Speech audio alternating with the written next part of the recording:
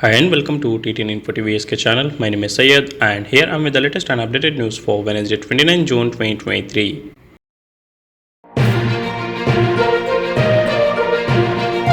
Saudi Arabia's King Salman greets pilgrims and Muslim on occasion of Eid.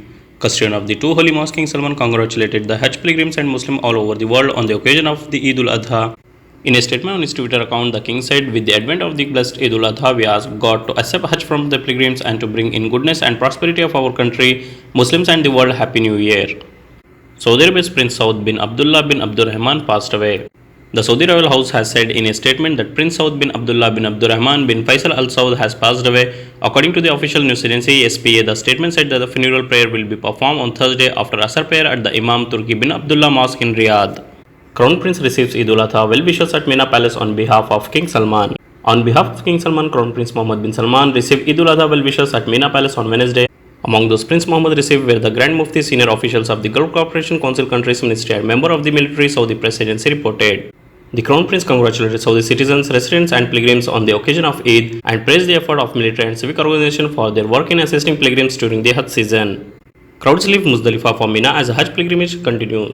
On the 10th day of Dhul Hajj, Hajj pilgrims head to Mina from Muzdalifah after spending the entire previous day, the day of Arafat, at Mount Arafat.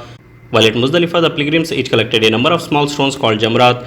These stones are to be used once they reach Mina, where pilgrims perform the first throwing of jamrat before heading to the Grand Mosque in Makkah for tawaf and sacrificing the lamb. France braces for protest after unforgivable police shooting. France braced for more angry protest on Wednesday after the killing of a teenager by the police during a traffic stop at the President Emmanuel Macron called unforgivable. The government said it would deploy 2,000 riot police to deal with an unrest a day after a 17-year-old was shot in the chest by a police officer who then appeared to lie about the circumstances of the killing.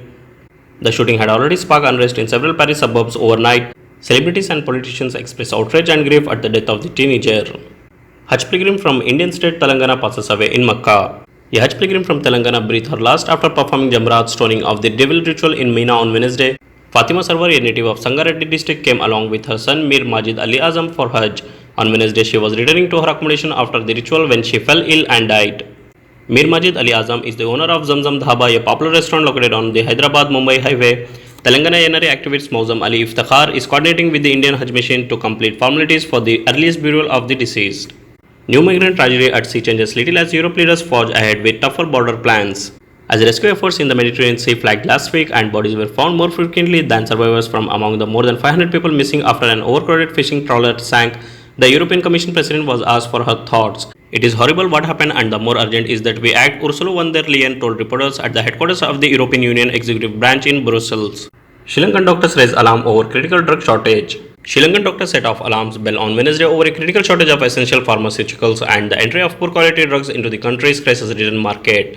When the island nation of 22 million people plunged into the worst financial crisis in the decades and defaulted on foreign debts repayment last year, the Sri Lankan public health system also bore the brunt as healthcare facilities ran out of vital supplies and medicines. Though the country is starting to emerge from its economic struggle after securing a $2.9 million bailout from the International Monetary Fund, many essential pharmaceuticals are again running out, the Sri Lankan Medical Association said.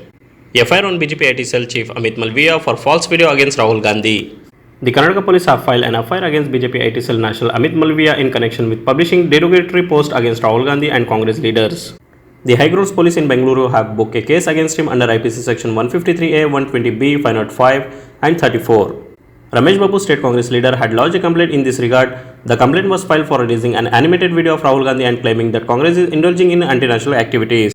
The complaint alleged that Amit Malviya stated Rahul Gandhi is dangerous and playing an insidious game. Amit Malviya further stated that more dangerous are people who are pulling strings of raga like Sam P, staunchly anti-India. They leave no stone unturned to defame India overseas just to embarrass his Honorable Prime Minister Narendra Modi ji. Reacting to the affair against Amit Malviya, Priyanka Khage, State Minister, stated whenever BJP bears the brunt of law, they cry.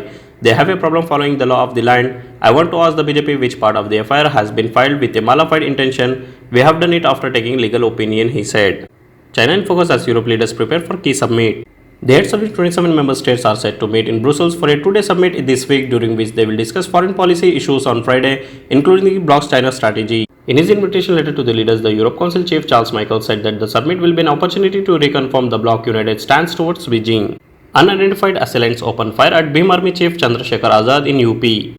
Dalit activist and Bhim Army Chief Chandrasekhar Azad Ravan was shot at by unidentified assailants in the Deoband area of Saharanpur district in UP on Wednesday evening. He was taken to hospital and it's reported to be stable. When assailants fired at the car Mr. Azad was traveling in, a bullet grazed his abdomen, the police said. Japan begins final checks on system to release Fukushima water.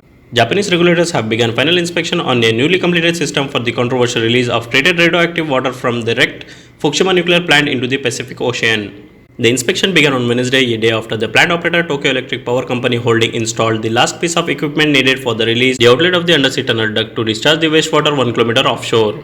Canada announces new work permit for 10,000 H-1B visa holders from US. Indians could be beneficiaries. Canada has announced a new open work permit stream to allow 10,000 H-1B visa holders in the US to come and work in the country, a move that could benefit thousands of Indian tech professionals. Canada is hoping to become a world leader in a variety of emerging technologies, and it hopes to attract professionals affected by massive layoffs by US tech companies. Youths clash with police near Paris after teenagers shot dead in traffic stop. Protesters armed with fireworks clashed with riot police in a Paris suburb overnight after a 17-year-old man was shot dead by police during a traffic stop, and prosecutors opened a homicide investigation. 31 people were arrested in the clashes, in which 40 cars were burned, mostly in Nanterre, the Paris suburb where the victim was from, Interior Minister Galen Darmanian said on June 28. The Supreme Court of Nepal orders registration of marriage for same-sex couples.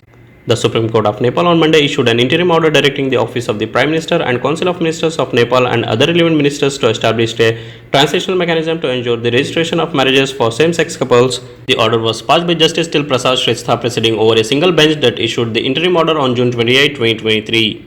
US health alert over malaria cases in Florida and Texas. Florida and Texas are seeing some locally acquired cases malaria, the first spread of the mosquito-transmitted disease inside the US in 20 years, officially warns in a health alert.